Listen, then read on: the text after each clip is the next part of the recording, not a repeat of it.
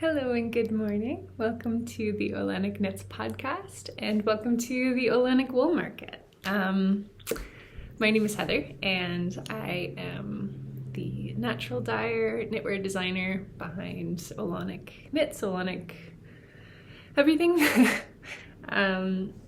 Yeah, thanks for being here. I'm coming to you from my little shop in Bonavista, Newfoundland. Traditionally Ukdamguk, the lands of the Mi'kmaq and Beothuk people, and the Innu and Inuit from Labrador. It's so nice to see you again. Thanks for your really sweet welcome on my last podcast. It's been such a whirlwind. It's now the first week into July, and I opened, I guess, mid-June. It's been such a whirlwind. Forgive my wet hair, but I sort of have to steal these moments when I can at the moment.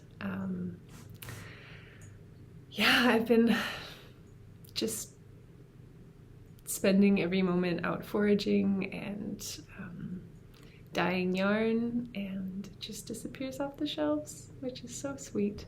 So thank you so much for everyone who's sent an encouraging word or made an order or come to visit me in the shop. It's all been so sweet, and I kind of can't believe that I get to have this tiny yarn shop by the sea, so thank you.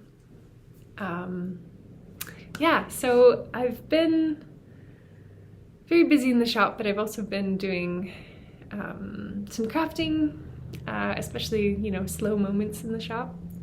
Or if I'm just sitting chatting with someone, I like to craft.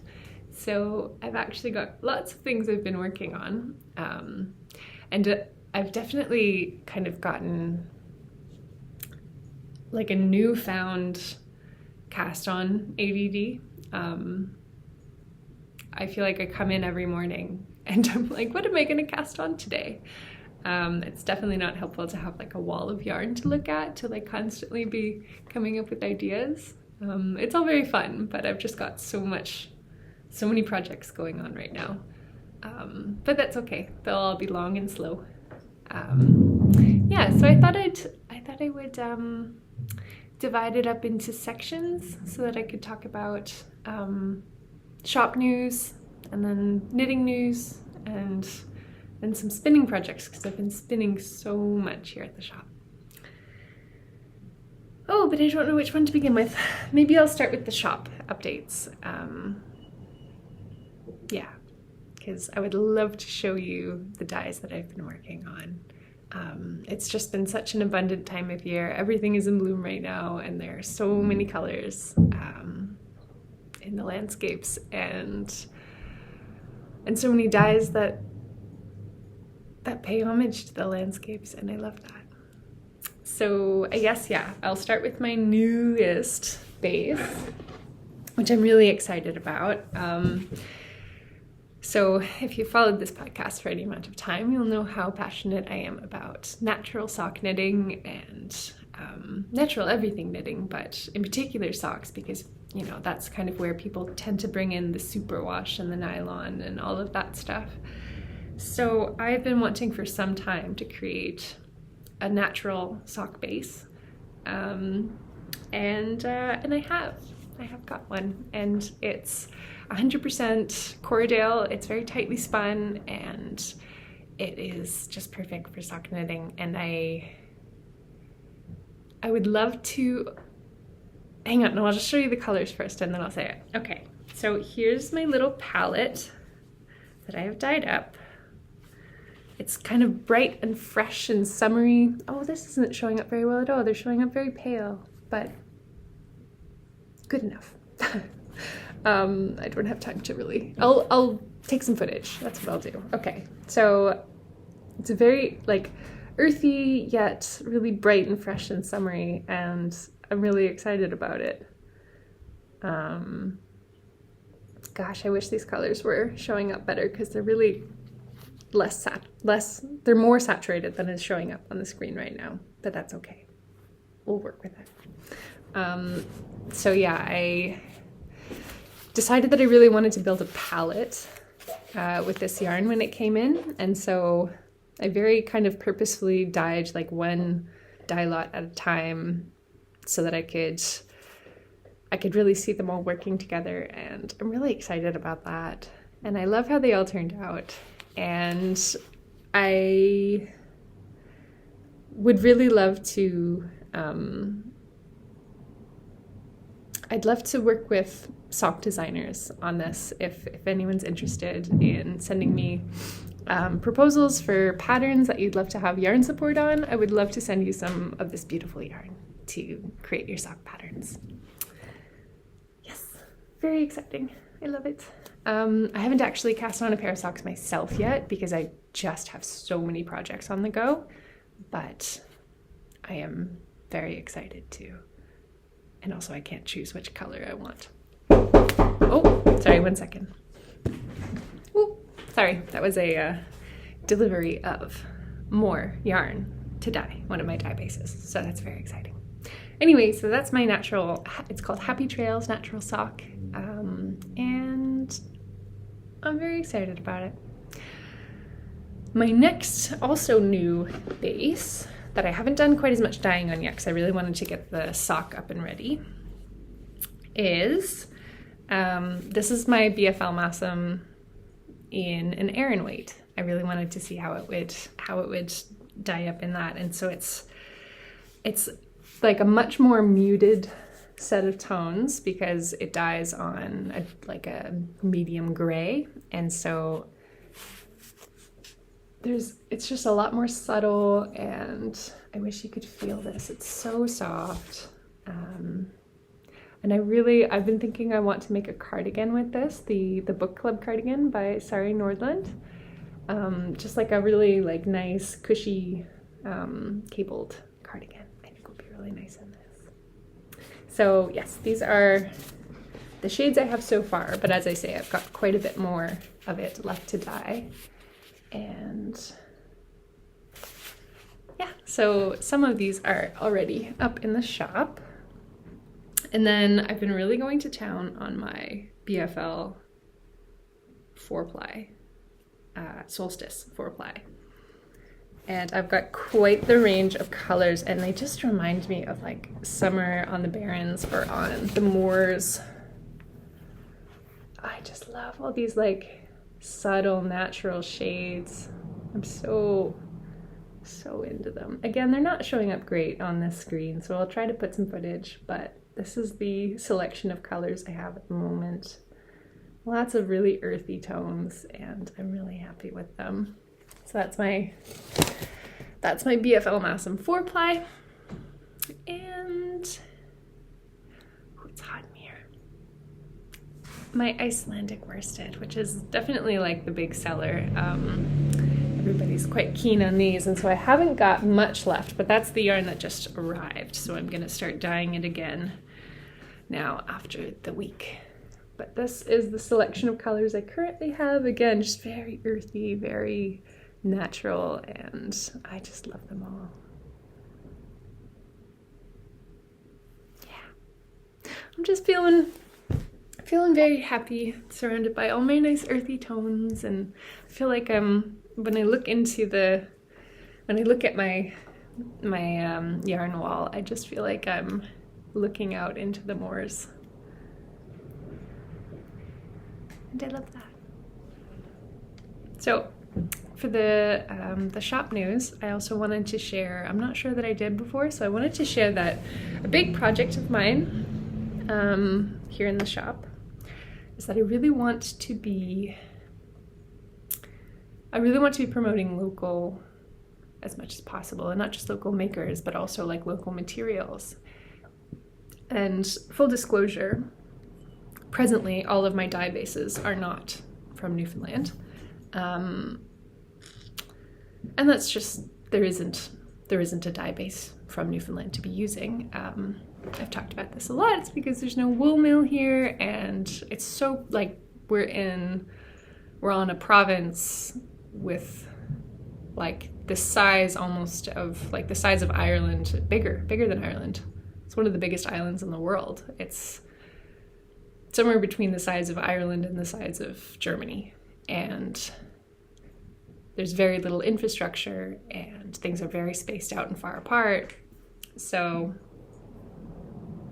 the cost of shipping in Canada is absurd right now. Anyways, the cost of shipping fleeces to a mill off islands is so prohibitive that almost nobody does it. The one exception is Black Label Farm. They ship their alpaca to Cape Breton, where there is a alpaca specific mill, and get this spun up. And there's only 2 skeins left from last year's clip. In case anyone was wondering. But yeah, there's no way for people to process fleece into yarn here on the island unless they hand spin it themselves. And lots of people do that, myself included. But it's been, until now, quite prohibitive to get your hands on that unless you wanted to buy a full fleece and process it start to finish yourself. So one of the things that I really wanted to do is help that process along and help get local fleece into people's hands. So I currently have 2 breeds left. I'm sold out of one of the breeds that I have, and I've been processing local fleece for you. So I currently have 2 breeds. There is a Black Welsh Mountain crossed with a Cheviot, who is from Bonavista, that I have. And there is a Suffolk crossed with a Rideau Arcot, which is basically just a Suffolk. And they are from the Avalon Peninsula. So I have these available online in 50 and 20 gram bags. And the Suffolk is so lovely and like downy, and it creates the loveliest, softest yarn. And the Black Welsh Mountain has the most gorgeous color with these really like lovely rusty tips. And so here are a few little samples that I have done up. It's gonna be hard to show the black. This is the tiniest spin I've ever done. It's like basically a lace weight yarn, which is absurd, like a 2-ply lace weight. But I'll talk about that more in my spinning segment. So yes, nice lovely yarn. It's still not superbly, like I'm still a baby. It's still not like super even, but I'm working on it. I'm getting better. It's all hand processed from the fleece itself, so cut me some slack. Yeah, so this is one that I really enjoy working with. It's from a sheep. I know the family, and they have a little restaurant that I love to go to basically once a week, and they make fun of me for how much I go there. And then this is from Port Kirwan, which is close to where my grandparents are from. And this one is, I'd say probably closer to a Sport or DK. Oh, look how much more even that is. I feel good about myself. So those have been some little spins I've been doing from, these are just like little samples from the sheep that I have in stock.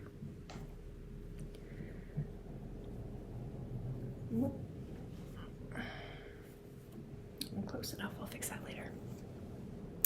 So yeah, I also have, I have just one left at the moment, but David Press Wood Turning. It's based in St. John's here in Newfoundland. He makes these drop spindles that are just sublime. They're like a work of art, and they have so many thoughtful details, like the little, the shaping here, and he does each one by hand. And like his particular quirk is that he just really loves like the natural variegations within wood, and so they're all very unique. And oh, I love that. That's nice. And he includes a hook on the top and the bottom so that you can choose whether you want the top or bottom whorl. And yes, these sell out almost as fast as I get them, so there's only one left at the moment. And as such, I've been getting some people into spinning, which has been so fun. Especially like where we are here, we get a lot of people traveling in camper vans, and so many of them come in like, oh, I'd love to have a little project to work on in the van, and they get some fleece and a drop spindle and learn how to spin on the spindle, which is always so fun. I feel like such an enabler, and I love that. So I guess next on my spinning repertoire, there's more shop stuff probably, but I don't know, whatever. Yeah, so I've shown you this one a couple of times. This is the Icelandic spin that I did over the course of the winter, and I decided that it would be the most fun in the world to knit something with my hand spun. So here's the yarn itself. Again, it's not superbly even, but I think I'm doing it. I think, like, for how baby of a spinner I am, I think that's pretty good. I don't know. I'm proud of myself. That's the important part. So I decided that a really fun project with it would be my favorite things knitwear, scarf number 4, I think. And it's all done with this like lovely textured garter and other textured stitches. It's kind of hard to see actually. Or maybe it's not, I don't know. But anyway, I think it's very forgiving for a little bit of wonkiness in a hand spun. And it feels like so precious to work on something that now this is a 50 gram top that I got at the Fiber Garden. So I didn't actually process it from the start, but it feels very precious to work with yarn that I spun myself and to make a lovely object with. So I'm got from the tip to here done, and I'm just about halfway through the yarn. So I wanted to I increased all the way, and then I just kept going without increasing or decreasing until I reached the halfway point in my yarn, so that I would use everything because I didn't really want to have leftovers for it. So yeah, I'm about to start decreasing, and this will be a lovely little neck warmer scarf thing. And it just feels so precious. So I'm really excited about this one. Oh, and it feels so nice and like squishy. I love it. So that's my first knitting project with my hand spun, and that feels so precious and so special. Yeah. And I'm glad that I have such an affinity with the Icelandic sheep, and so it felt really right to do Icelandic for the first time. Oh, it's getting quite hot in here without the fan on. I turned the fan off just for you so that you won't have to hear it. You're welcome. Yes, so then on my spinning sort of journey, I've also been working on this little bag of Shetland top, again from the Fiber Garden. I think I've mentioned this on here before. I bought a few 50 gram tops of various different breeds for myself for Christmas so that I could start a bit of a breed study and learn about breed specificity and how the fibers spin differently. And this is more or less and I've kind of been doing this alongside the local library's copy of Fleece and Fiber Sourcebook. Is it Fleece and Fiber Sourcebook? Yes. Yeah, and that's been really enlightening, and even just starting to knit with the hand spun, I feel like has given me so much more awareness of just more awareness of how I would rather the yarn be, and how I feel like I need to kind of subtle shifts I need to make in my spinning to get the yarn that I want. And so that's been super helpful. To anyone who's been spinning for a while and hasn't yet tried to knit with their spun yarn, I definitely recommend that, because I feel like it made me aware of mistakes I was making that I didn't even know I was making. Yeah, so that's been nice. And I just love the color of the Morit Shetland. It's just so warm and caramely. Yeah, so what have I been spinning with this? I've been spinning, like, I feel like I'm very much in that position of the new spinner who's like starting to get like a little more confident, and therefore is just like absolutely gunning for the thinnest possible strand. And so where's the end here? Yeah, so this is the single. Oh, I just broke it. Classic. Yeah, this is my single, so it's like really quite thin, which I feel very proud of, even though I don't knit with a ton of really lightweight yarn, and so I feel like I should probably, anyway, I'll get to that in a minute. But yeah, so this little sample here is like well, some of them are a bit thicker actually, but yeah, that's about how thick they're coming out. Like maybe a sport weight or like heavy fingering. It's hard to say because I like to ply quite loosely, so like they're really quite airy. Anyway, this has been fun. It's basically like when I'm not doing like little tasks for the shop, my favorite way to unwind, or my favorite thing to do in the shop, is just to sit here and spin, which is really nice. So that's this one. And then a couple days ago, I was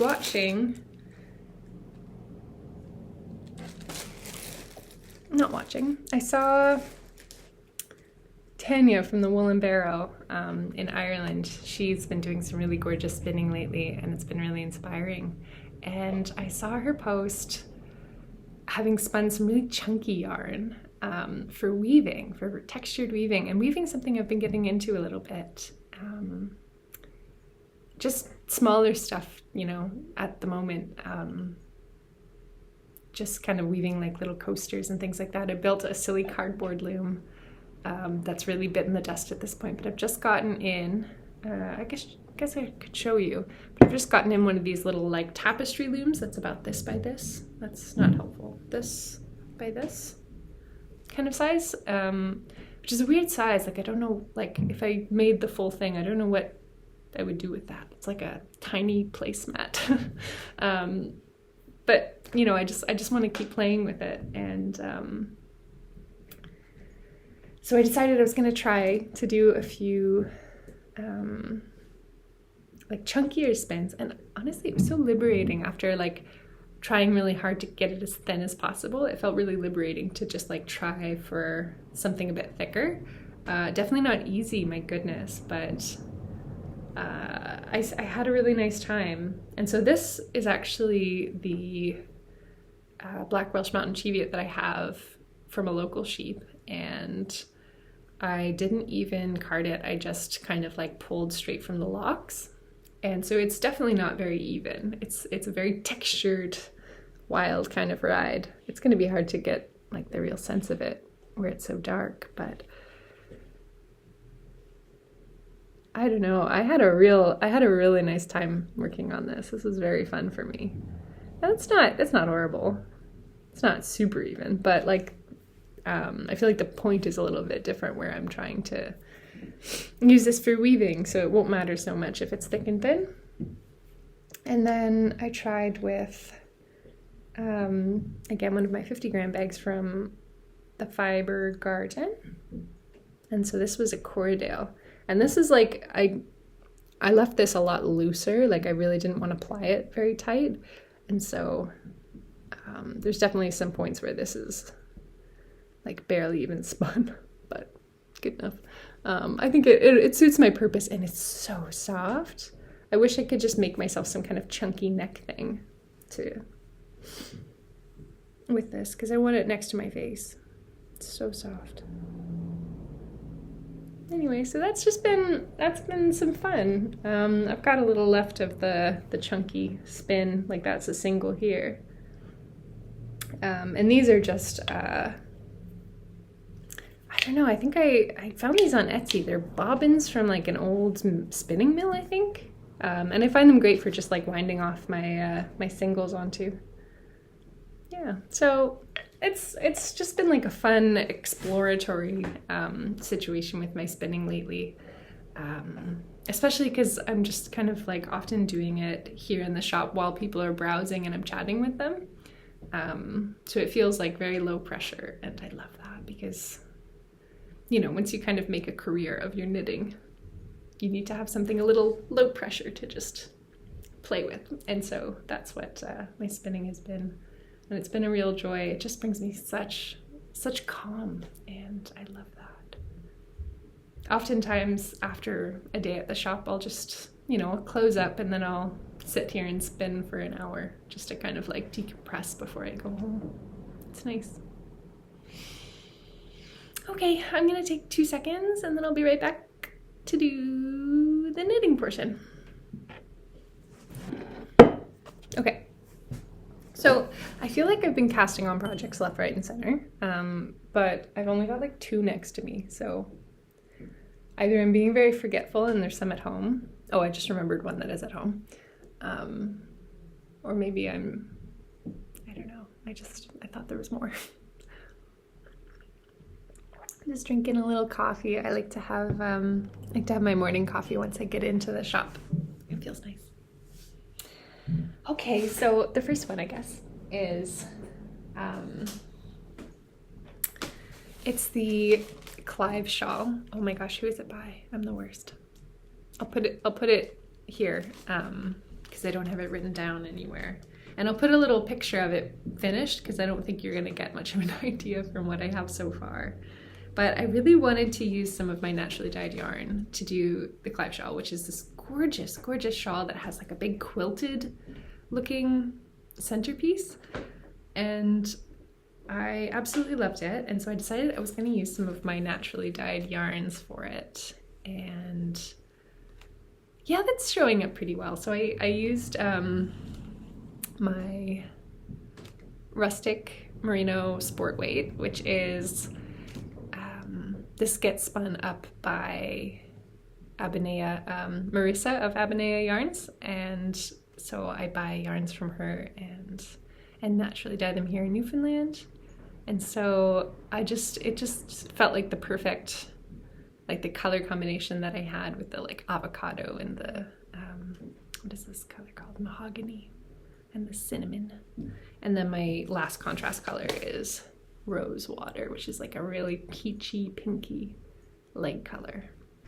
So I think this is going to be so beautiful. And I actually have cast this on 3 times because I kept changing my mind about the color combinations I wanted to use. Originally I had something very similar to the designers, but then I saw one of her test knits had done this gorgeous shawl in like shades of browns, and it changed my mind. And so then I cast on a shades of brown, and then I decided that what I really wanted was to use like my favorite colors from this dye,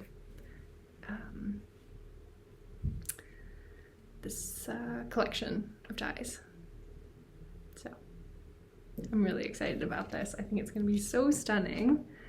I've sort of like I worked really continuously on this for a little while, and then I kind of got distracted by other things. Mostly the scarf number 4 is mostly what I'm working on right now. I also have a project I forgot to bring, which is I'm making a pair of socks with this stitch pattern, the Claudia, that I did for a Uist. And I've cast this on, I originally cast it on with Rama 2 trad stricken yarn in like the shade, like basically these exact shades. And then I got to the part where I should have turned the heel and realized that I had like a wildly wrong stitch count. I wasn't like 2 or 3 stitches off. I was like 15 stitches off, and like on a sock, that's quite a lot. And so I just kind of was flabbergasted by that one and just took it off the needles and put it away and was like, I don't want to deal with this right now. And so I decided to just cast on fresh, and I had just gotten in the Mondim sock yarn from Retrosaria in the shop, and so I decided to cast it on with that. And I don't have it here, it's at my house, but that's happening. And as soon as I have one sock done, I will call for test knitters. Speaking of test knits, I've been designing a lot, and I've had so many ideas this last couple of weeks, but I've had just so little time to feel like I had the capacity to run a test knit. So I haven't been doing anything yet, but I have just called for test knitters, or I called about a week ago and then I only got one response. But I'm just now gonna have recalled on Instagram for this sweater, which I'm personally obsessed with, and I've gotten quite a bit done since I called initially. I've got a whole sleeve here. This is called the Barrens Sweater, and I've talked about it a few times. It's all about the scale that you see in the Barrens, which is like the moors, very similar. It's in subarctic tundra. And so it's all about how, from afar, it looks very self-similar. And then as you get closer, you see all the textures and colors and how vibrant it really is. And there's a little bit of texture here on the yoke, in with the color work. And I'm so obsessed with this. I cannot wait to finish my last sleeve. I ran out of yarn for a while, and so I couldn't work on it, but I've just gotten it in. It's Plotilopi held double, which I've never done before, and it's so lightweight for how warm it feels. And I just can't wait for this. I'm so excited. I was thinking I might try to just finish this sleeve today at the shop once I open. We'll see.